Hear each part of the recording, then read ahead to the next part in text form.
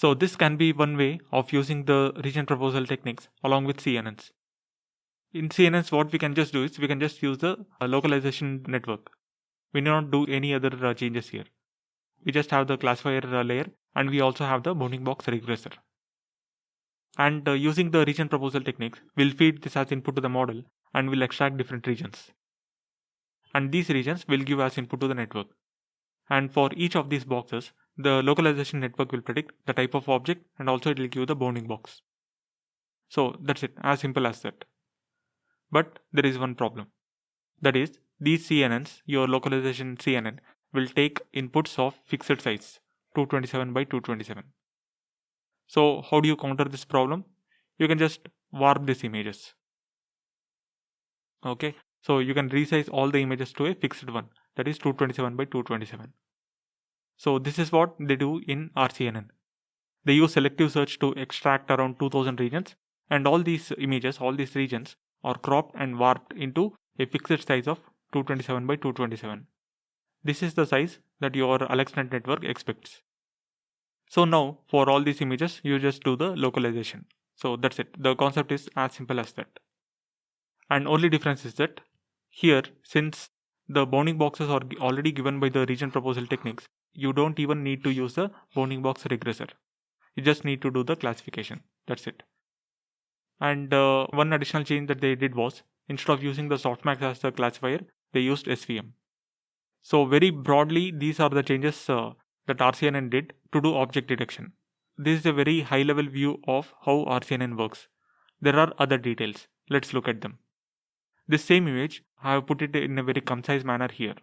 You take the image as input, you use either selective search or edge boxes, you get 2000 region proposals, you crop and warp all of them and give this as input to your AlexNet network. Okay, and you are just doing the classification. With this arrangement, your RCNN network will give you 44% accuracy. Okay, this actually is a bit low. Why is it low? Because your network, AlexNet network, is pre-trained on ImageNet. And in ImageNet, for example, if it is a human, it will guess that the humans are mostly tall and narrower. But here, when we are doing the warping, the same image gets stretched. Now, irrespective of the type of the object, everything will be of a fixed size, fixed height and width. Okay, here the same person is appearing very stretched. So your ImageNet network may not be very attuned to these kinds of images, attuned to the warped images. The same thing will happen even for a car. Even if the car is very wide in the side view, it will be compressed into a square object. So these kind of images are very unnatural. The warped images are very unnatural. It will distort the aspect ratio of the objects. So this is one realization that they had, and to counter this issue, what they did is they fine-tuned the ImageNet network on the region proposals, that is on the warped images. And to do the fine-tuning, they use the same softmax classifier, not the SVM. They just use the softmax classifier and they tune the network using the log loss. Okay, this is only for fine-tuning the network. Once you do the fine-tuning, you can just remove this. Okay, it's no longer needed. And also remember that when you are fine-tuning the network, you are updating the weights both in the convolution layers and also the fully connected layers. And once you finish the training, you can just remove this part of the network. Okay, you can just retain the SVM part for classification.